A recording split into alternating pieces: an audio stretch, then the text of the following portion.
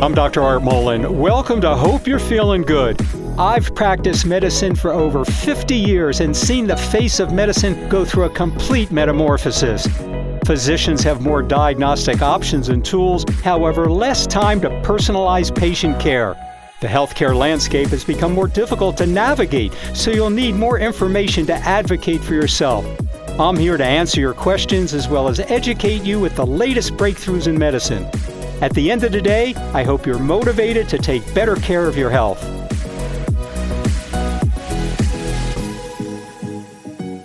I'm Dr. Art Mullen, and I've been practicing medicine for 50 years, and I'm here to answer your questions. But first, let me tell you what's on my mind. Weight loss. It seems as if everyone is always asking me a question about how they can lose weight. Well, there's no magic pill. That's the first answer. And the next answer is basically it's always about exercise and diet. But if I had to put my emphasis on one point, it would probably be diet. So if you minimize the amount of pasta, rice, potatoes, and bread, those are the four that I often recommend that people reduce in their diet in order to lose weight. Exercise is important, but it depends upon how much weight you need to lose. A lot of people, if they need to lose those 5 or 10 pounds, oh, that's a different story. They may incorporate an exercise program, and that's going to probably help them as much as the dietary changes. But if you need to lose 20 or 30 pounds, well, diet really needs to be emphasized a lot more. Increase the fiber in your diet. Most people consume far less fiber than they actually should. The other thing is that determine how many calories you should be taking in. So for a male, if he weighs 150 pounds, he can multiply that number by 15. If he does, that's 2,250 calories.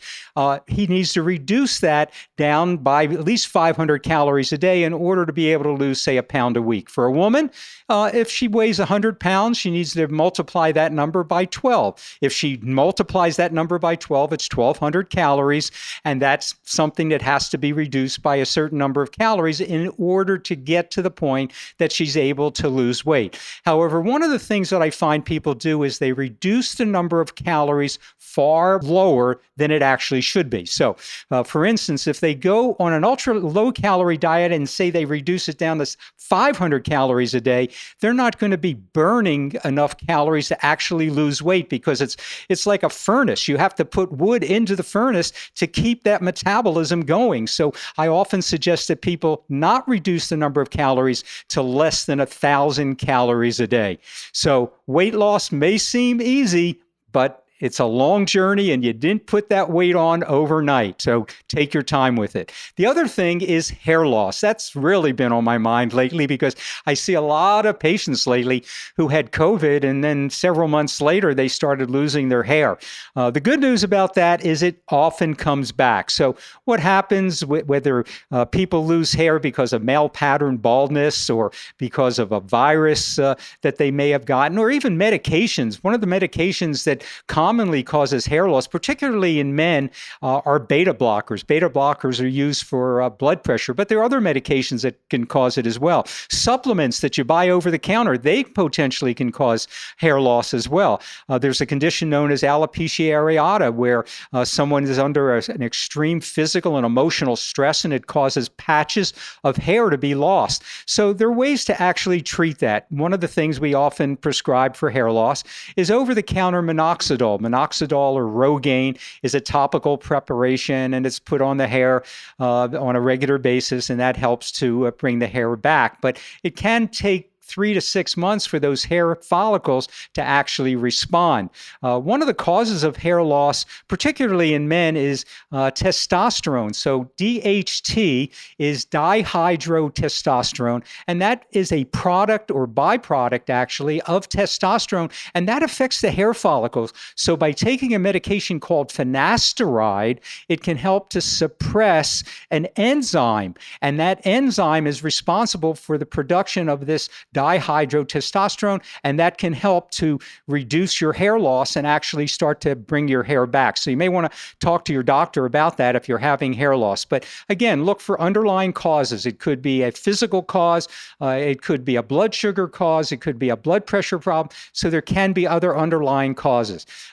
Speaking of blood sugar and hypertension, know your numbers. So that's been on my mind for a long time. I often suggest that patients check their numbers. The numbers I'm talking about are your blood pressure, are your cholesterol, are your pulse rate. These numbers are really important just as your blood sugar is. So blood sugar should be about 100. You can do a finger stick test. That'll determine what your blood sugar should be, close to 110. You can go to your doctor's office and have a cholesterol check. Your cholesterol level should be about 150. What is also important with cholesterol is your HDL and your LDL. So HDL cholesterol is the high density lipoproteins.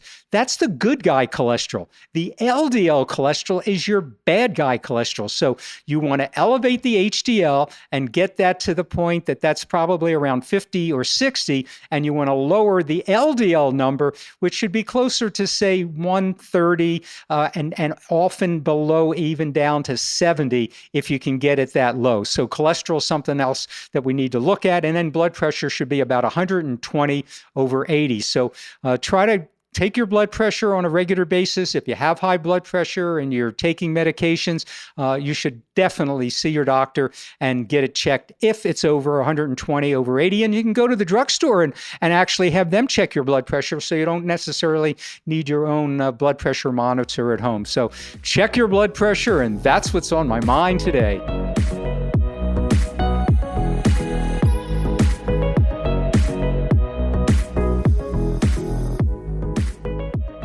Hello, this is Anne. Just wanted to ask a question around probiotics and what you thought about taking them daily for overall health. Thanks.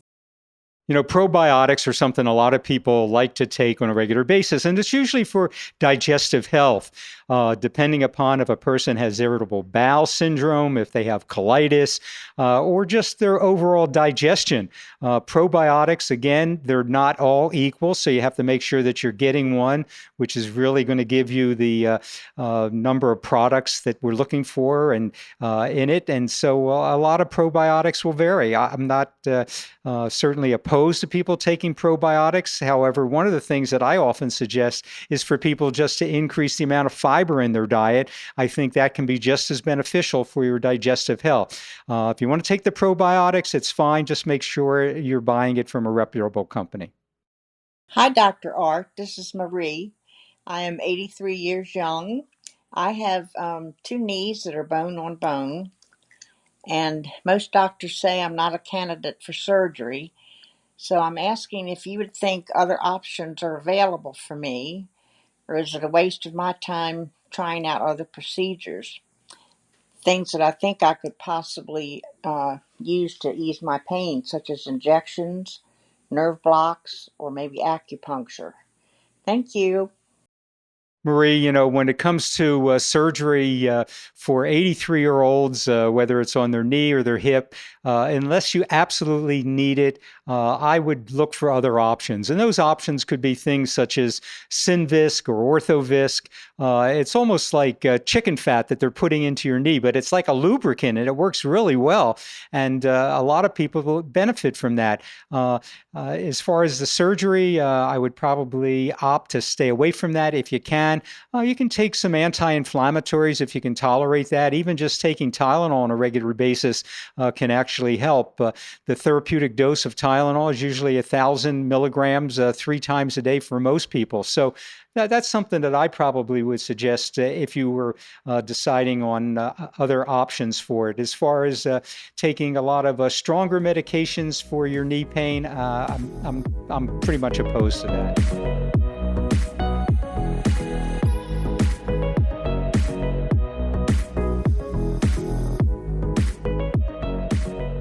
If you're looking for a doctor to take care of scleroderma or any other disease, I think the best way to look for these doctors is really to talk to your friends and your neighbors and your family and find a doctor that they've been seeing for a considerable period of time that they trust and they have confidence in. You can, of course, call the medical society, the osteopathic medical society, and then find a physician that way, and they can give you some recommendations. But often word of mouth from friends and neighbors and family members, that's probably the best way to find a doctor who's going to listen to you and take the time that you need.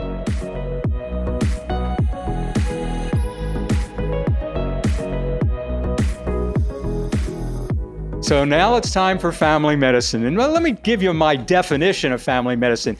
When you are a physician, you constantly have family members that are texting you, emailing you, calling you. They always have a question for you. So the first one is from my niece, Denise. And Denise recently was bitten by a bee. And so she had that bee sting and it was on her arm. And next thing you know, she's got red marks and they're traveling down to her elbow. And she's just crying like a baby, and she's calling me 24/7 and wants to know what she should do. So the first thing, if you have a bee sting, you want to put ice on it, Denise. And then the next thing you want to do is, of course, take some Benadryl. If it continues to get red, you want to take your temperature, make sure it's not having a secondary infection to it. But you probably want to call your doctor, your own doctor, not your uncle. You probably want to get a Medrol dose pack, because a Medrol dose pack is cortisone, and that's going to reduce that inflammation. So that should help you a great deal. My next question is from my brother-in-law. My brother-in-law, he calls me, sends me a picture of a swollen leg. Well, a swollen leg is just like twice the size of normal. And as I continued to ask him how that happened, he said, well, he bumped his knee. And by bumping his knee, what he didn't realize is all that swelling is going down to his ankle. And that's what's causing the extravasation of blood, because it follows the body fascia and basically when you're in a dependent position. So I told him to put support hose on. Well, he said he can't put support hose on, of course, because it's too swollen. So the other thing is elevate the leg. That will often help. What you have to be careful of is if the blood starts to settle down there, you want to make sure that you're not going to get a clot. So that's a potential for what they call a DVT, a deep vein thrombosis. So you have to be careful with that. So anytime you have any kind of swelling with that, you want to make sure you elevate it. You want to probably put some ice on it. You want to contact your doctor and try to get in to see them as soon as possible. So my other niece, Lisa, calls me up and she says she has a dark stabbing pain and it's going into her ear and it's intermittent and she's been having it for the last 24 hours. So I asked her if she'd been on an airplane lately and she said, yeah, as a matter of fact, I was.